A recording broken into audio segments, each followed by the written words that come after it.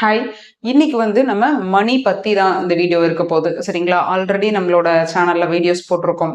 பணம் சார்ந்து நம்மளோட மனம் எப்படி இருக்கணும், நம்மளோட எண்ணங்கள் எந்த மாதிரி பாசிட்டிவா வச்சுக்கணுங்கிறது, அப்புறம் நான் எப்படி பணத்தை மேனிஃபெஸ்ட் பண்ணினேன், என்னோட எக்ஸ்பீரியன்ஸ் பணம் சார்ந்து எப்படிங்கிறதையுமே போட்டிருக்கேன் நான் வீடியோஸ். சரிங்களா? ரொம்ப பாசிட்டிவா இருக்கணும் பணம் சார்ந்துங்கிறது தான் ரொம்ப மெயினான முக்கியமான விஷயம். இப்போ இதுல எங்க நமக்கு வேறுபாடு வருதுன்னு பாத்தீங்கன்னா, ஈவன் தோ நம்ம எல்லாருமே ஹியூமன்ஸ் தான். ஆனா அப்படி இருந்துமே நம்மளோட லைஃப் ஸ்டைல், நம்ம எந்த கேட்டகரியில வரோம், மிடில் கிளாஸா, ரிச் பீப்புளா, இல்ல லோயர் மிடில் கிளாஸா, பிலோ பாவர்ட்டி லைனா அப்படின்ட்டு நிறைய குரூப் நம்ம பிரிச்சு வச்சிருக்கோம். ஸோ அவங்களுடைய சப்கான்சியஸ் மைண்ட்ல அவங்களுடைய வாழ்க்கை முறையில தான் ஒருத்தவங்க பணத்தை மதிப்பிடுறதே. சிலவங்க பணக்காரங்களா கெட்டவங்க நினைச்சிருக்கலாம், சிலவங்க ஏழையா இருக்கவங்க நல்லவங்க அப்படி நினைச்சிருக்கலாம். அப்புறம் பணம்னாலே ரொம்ப கஷ்டப்பட்டு தான் சம்பாதிக்கிறோம். இப்படி நிறைய பேர் நிறைய விதமான ஒரு புரிதல்ல நம்ம இருப்போம். இப்ப இதுல பர்டிகுலரா எப்படின்னு பாத்தீங்கன்னா, ஒரு குரூப் ஆஃப் பீப்புள் இருப்பாங்க. யாருன்னா பணத்தை சேர்த்தி வச்சுட்டே இருக்கிறது, செலவு பண்ணவே மாட்டாங்க. எவ்வளவு பணம் வந்தாலும் சேர்த்தி வைக்கணும், செலவு பண்றதுக்கு ரொம்ப யோசிப்பாங்க. ஒரு 100 ரூபாய் எடுத்து கடைக்கு போய் செலவு பண்ணணும்னா கூட யோசிப்பாங்க. ரொம்ப ரொம்ப முக்கியமா எல்லாரும் தெரிஞ்சுக்க வேண்டியது என்னன்னா, யாரு ஒருத்தங்க நிஜமாவே பணக்காரர் ஆகிறாங்க அப்படின்னா, பணத்தை யாரு செலவு பண்ணி கத்துக்கிறாங்க, செலவு பண்ணி பழகிருக்காங்களோ அவங்க மட்டும்தான் பணக்காரரா இருக்க முடியும். இந்த இடத்துல இன்னொரு முக்கியமான விஷயம், பணக்காரர் அப்படிங்கிறது என்னன்னா, நமக்கு கவர்மெண்ட்லயோ இல்ல ஒரு எங்கேயுமே நமக்கு ரூல் கிடையாது. இந்த கண்ட்ரில இவ்வளவு பணம் வச்சிருந்தா பணக்காரங்க அப்படியெல்லாம் எதுவுமே கிடையாது. உங்க லைஃப் ஸ்டைல்ல நீங்க ஒரு சொந்த வீடு வாங்கி இருக்கிறது உங்களுக்கு உங்க ஜென்ரேஷன்ல பெரிய விஷயமா இருக்குன்னா நீங்க பணக்காரங்க. உங்களோட அடுத்த ஜென்ரேஷன்ல ஒரு 2 ஃபேக்டரி, 2 கார் எக்ஸ்ட்ரா அந்த வீடு தவிர்த்து இதெல்லாம் வாங்கியிருக்காங்கன்னா அவங்க பணக்காரங்க. ஸோ அதுக்கு அடுத்த ஜென்ரேஷன் அப்படிங்கும்போது இப்படி வளர்ந்துட்டே தான் போகுமே தவிர அந்த பணக்காரங்கன்னா இவ்வளவுதான் பணம் அப்படிங்கிறதெல்லாம் கிடையாது. இதை ஏன் இப்ப நான் சொல்றேன்னா, ஜஸ்ட் நீங்க ஒரு மிடில் கிளாஸா இருக்கலாம், மந்த்லி இன்கமுக்கு வேலைக்கு போகலாம், ஆனாலும் நீங்களும் பணக்காரனா இருக்கணும். புரியுதுங்களா? சோ பணம் அப்படிங்கிற ஒரு விஷயம் நீங்க தயவு செஞ்சு ரொம்ப நெகட்டிவாவும், உங்களுக்கு ஏதோ ஜஸ்ட் செலவு பண்றதுக்காக ஒரு விஷயமாவும் ரொம்ப சாதாரணமா பார்க்கவே பார்க்காதீங்க. பணத்தை ரொம்ப ரொம்ப லவ் பண்ணுங்க. புரியுதுங்களா? நான் பர்சனலா பணம் அப்படின்னாலே எனக்கு ரொம்ப பிடிக்கும். ரொம்ப நான் லவ் பண்ணுவேன். என் பர்ஸ்ல எப்பவுமே காசு வச்சுட்டே இருப்பேன். அது மினிமம் 10 ரூபாவா இருந்தா கூட அதை நான் ஒரு அமௌண்ட்டை நான் எடுத்து செலவு பண்ணிட மாட்டேன். இப்ப அந்த 10 ரூபாய் பர்ஸை காலியா வச்சுக்க மாட்டேன்னு வைங்களேன். எப்பவுமே காசு இருந்துட்டே இருக்கிற மாதிரி தான் நான் பார்த்துப்பேன். ஸோ மேக்ஸிமம் நீங்களும் ரொம்ப இருக்க எல்லா பணத்தையும் செலவு பண்ணாம கொஞ்சம் அப்படி பர்ஸ்ல ஒரு மினிமம் 10 ரூபாயாவது வைக்க ட்ரை பண்ணுங்க. இன்னும் சில பேர் எப்படி இருப்பாங்கன்னா, ஒரு குரூப் செலவு பண்ணவே யோசிப்பாங்க. சிலவங்க எப்படி இருப்பாங்கன்னா, என்ன இன்கம் வருதோ அந்த இன்கமுக்கு அதிகமா இல்ல அந்த இன்கமுக்கு கரெக்டான ஒரு கமிட்மெண்ட் வச்சிருப்பாங்க. அப்படியும் வச்சிருக்க கூடாது. இந்த வீடியோ ரொம்ப ப்ராக்டிக்கலா தான் நம்ம பேசுறோம். ஏன்னா லா ஆஃப் அட்ராக்ஷன் அப்படி இப்படி நம்ம ஆல்ரெடி பணம் சார்ந்து போட்டிருக்கனால இதை இன்னும் கொஞ்சம் ப்ராக்டிக்கலா நீங்க புரிஞ்சுக்கிட்டீங்க அப்படின்னா அந்த வீடியோ பார்க்கும்பொழுது உங்களுக்கு இன்னும் கொஞ்சம் புரிதல் அதிகமா வரும்னு நான் நம்புறேன். சோ ஒருத்தவங்க பணத்தை செலவே பண்ண மாட்டாங்க, இன்கம் வர வர சேர்த்து வைப்பாங்க. சிலவங்க ரொம்ப கமிட்மெண்ட் கரெக்டா வச்சுக்குவாங்க, சிலவங்க ஓவரா செலவு பண்ணுவாங்க. சோ இது எல்லாமே என்னன்னு பாத்தீங்கன்னா, எல்லாமே சரியான முறையான்னு கேட்டா இந்த 3மே தப்பு தான். புரியுதுங்களா? இப்ப நீங்க சேர்த்தி வைக்க என்ன ஆகும்னா, அந்த பணம் உங்ககிட்டயே தான் அதாவது இருக்குங்கிறத தாண்டி ஒண்ணு சொல்லுவாங்க இல்லையா? கிணறுல எடுக்க தான் ஊறும் அப்படிங்கிற மாதிரி நீங்க எவ்வளவு செலவு பண்றீங்களோ, செலவு பண்ணதான் உங்களுக்கு இன்கம் ஜாஸ்தி வரும். நிறைய பேர் கேட்பீங்க, அதுக்காக வேணும்னே உட்காந்துட்டு ஏதாவது செலவு பண்ண முடியுமான்னு கேட்டா அப்படி கிடையாது. இப்ப உங்களுக்கு என்ன இன்கம் வருது, நீங்க சேவிங்ஸுக்குன்னு ஒரு மந்த்லி ஒரு பணம் எடுத்து வச்சிருப்பீங்க இல்லையா? அதுல உங்களுக்கு என்ன பிடிக்கிற ரொம்ப பிடிச்ச ஒரு திங்ஸ் அந்த அமௌண்ட்டுக்குள்ள அடக்கமா வருதுன்னா அதை நீங்க காசை கொடுத்து வாங்குங்க. அந்த அமௌண்ட்டை வச்சுட்டு ஐயோ நாளைக்கு நான் இதுக்காக அதை வச்சிருக்கேன் அப்படின்லாம் இல்லாம ஒரு வாட்டி நீங்க எக்ஸ்பீரியன்ஸ் பண்ணி பாருங்க. புரியுதுங்களா? மேபி நாளைக்கு உங்களுக்கு அதுக்கான ஒரு 400 ரூபாய் இருக்குன்னு வைங்களேன். 400 ரூபாயில உங்களுக்கு ஒரு ஷர்ட் பிடிச்சிருக்கு.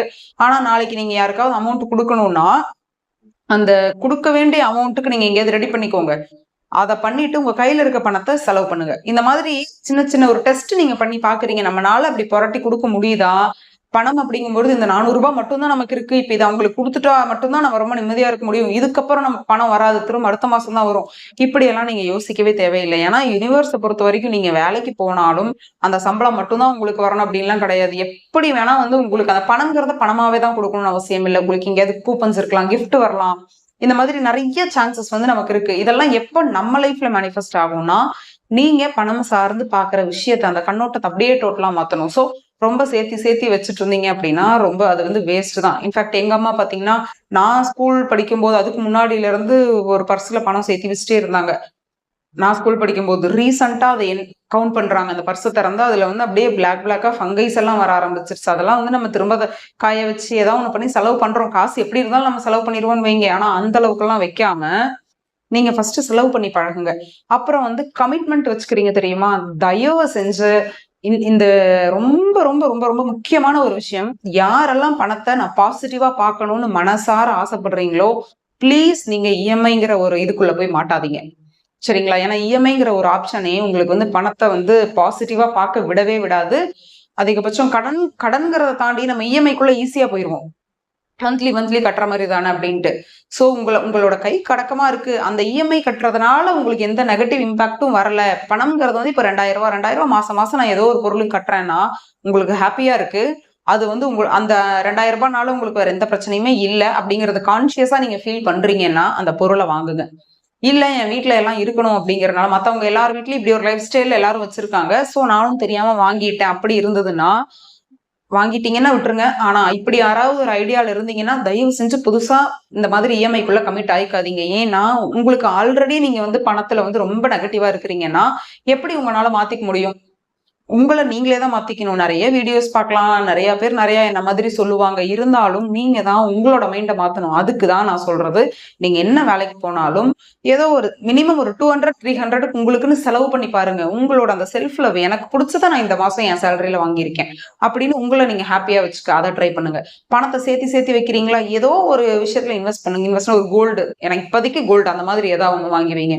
அப்புறம் நிறைய கமிட்மெண்ட்டுக்குள்ள போய் சிக்கிட்டீங்கன்னா உங்களுக்கு பணம் சார்ந்த நெகட்டிவா மட்டும்தான் இருக்கும். ஏன்னா அந்த டேட் வரும்பொழுது ரொம்ப அப்படியே படப்படன்னு இருக்கும். ஐயோ எப்படா பண்றது, எப்படி பணத்தை வந்து நம்ம பரட்டி கொடுக்கறது, இப்ப வேற மந்த் எண்ட் ஆயிருச்சு. இந்த மாதிரி பணம்ங்கும் போது டைரக்டா நீங்க பணத்தை பத்தி நெகட்டிவா நினைக்கலனாலும் இன்டைரக்டா உங்களுக்கு இங்க எல்லாம் அன்கான்சியஸா வந்து சப்கான்சியஸ்ல வந்து மேனிஃபெஸ்ட் ஆகிக்கிட்டே இருக்கும். ஓகே பணம்னா இப்படிதான் இவங்க நினைக்கிறாங்க, பணம்னா இப்படிதான் நினைக்கிறாங்கன்னு.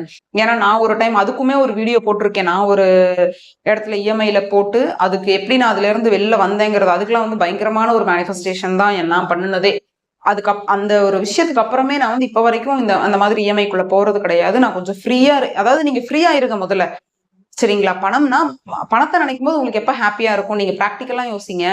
வேலைக்கு போய் சம்பாரிச்சு ஒரு 3 இஎம்ஐ 2 இஎம்ஐ கட்டுறீங்க. அந்த இஎம்ஐ முடியுது பாத்தீங்களா? அதுக்கு அடுத்த மாசம் அந்த இஎம்ஐ உங்களுக்கு இல்ல அப்படிங்கும்போது ஒரு ரிலாக்ஸேஷன் வரும். கிரெடிட் கார்டு உங்களுக்கு பே பண்ண தேவையில்லை அந்த மந்த்துக்குங்கும் போது ஒரு ரிலாக்ஸேஷன் வரும். இது எல்லாம் தான் மன நிம்மதி. உண்மையான மனம் வந்து அதாவது அந்த பணத்தை பார்த்து பயப்படாம அப்பாடா இனி எனக்கு இஎம்ஐ இல்லப்பா, இன்னும் நான் வந்து நிம்மதியா இருக்கலாம் அப்படிங்கிற அந்த ஒரு ஜோனுக்கே நீங்க அப்பதான் போவீங்க. சோ நீங்க வந்து இதை நீங்க கண்டிப்பா பண்ணணும். புரியுதுங்களா? சும்மா எடுத்த உடனே நீங்க வந்து பணம்னா நீங்க வந்து சப்ளிமினல் கேளுங்க, அப்புறம் வந்து இந்த நம்பர்ஸ் எழுதுங்க, 369 எல்லாமே நீங்க பண்ணினாலுமே பணம்ங்கிறது ரொம்ப முக்கியமான விஷயம். ஏன்னா இன்னைக்கு பணம்ங்கிறது வந்து எல்லாருமே ரொம்ப அதுக்கு மேனிஃபெஸ்ட் பண்றதுக்கு கஷ்டப்பட்டுட்டு இருக்காங்க. அதாவது வாங்கும்போது வாங்கிடுறாங்க, திரும்ப ரிட்டர்ன் பண்றதுக்கு அவங்க நினைச்சாலும் முடியாத அளவுக்கு பணம் சார்ந்து எல்லாருக்குமே ஒரு நெகட்டிவான எனர்ஜி வந்து ரொம்ப ஸ்ட்ராங்கா நம்ம சொசைட்டில இருக்கு. சோ தயவு செஞ்சு நீங்க அந்த பாண்ட் எல்லாம் கட் பண்ணி விடுங்க. கொஞ்சம் ரிலாக்ஸா இருங்க. இஎம்ஐக்குள்ள போய் மாட்டாதீங்க. பணம் அப்படிங்கிற ஒரு விஷயம் நமக்கு ஹெல்ப் பண்றதுக்குதான் இருக்கு.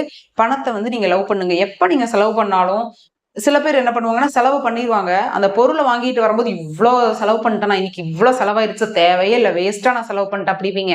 ஆனா கையில அந்த பணத்தை கொடுத்துதான் அந்த பொருளா நீங்க மாத்தி வச்சிருக்கீங்க அப்படிங்கிறதே நீங்க வந்து பார்க்க மாட்டீங்க. சோ இந்த மாதிரி யாராவது உங்களுக்கே அறியாம நீங்க தப்பு பண்ணிட்டு இருக்கீங்கன்னா இதையெல்லாம் மாத்துங்க. தயவு செஞ்சு நம்ம வீடியோல போய் மணி மேனிஃபெஸ்டேஷன் அப்படிங்கிறத கொஞ்சம் தேடி பாருங்க. இந்த வீடியோவும் பாருங்க. கண்டிப்பா உங்களுக்கு வந்து ஒரு மிகப்பெரிய சேஞ்ச் வந்து பணம் சார்ந்து வரும். அது வந்து நீங்க வேலைக்கு போலாம், இல்ல வீட்டுல ஹவுஸ் ஒய்ஃபாவே இருக்கலாமே.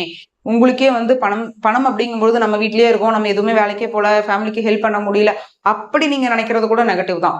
ஏதாவது ஒரு வகையில வந்து நீங்க பணம் சார்ந்து வந்து நீங்க பாசிட்டிவா இருக்கணும்னா வீட்டுல அட்லீஸ்ட் ஹஸ்பண்ட் கொடுக்குற காசை நீங்க சேர்த்து வைக்கிறீங்க இல்லையா, அந்த சேவிங்ஸ் நினைச்சு கூட நீங்க பாசிட்டிவா இருக்கணும். நம்மளால ஒரு கான்ட்ரிபியூட் பண்ண முடியலன்னு நினைக்காம இப்ப என்கிட்ட பணம் இருக்கு, அது பெருசோ சின்னதோ அது அடுத்தது, இப்ப என் கையில பணம் இருக்கு அப்படிங்கிற எப்பவுமே என்கிட்ட இருக்கு அந்த மைண்ட் செட்லயே இருங்க. ஏன்னா வந்து அந்த மைண்ட் செட் இல்லாம உங்க நாளெல்லாம் வந்து எவ்வளவு பெரிய பணம் வந்தாலும் ட்ராக் பண்ணவும் முடியாது. அந்த அளவுக்கு நம்ம கேப்பபிளா இருக்க மாட்டோம். இன்னொரு முக்கியமான விஷயம், நமக்கு எவ்வளவு பணம் இருந்தாலும் பத்தாது. தேங்க்யூ.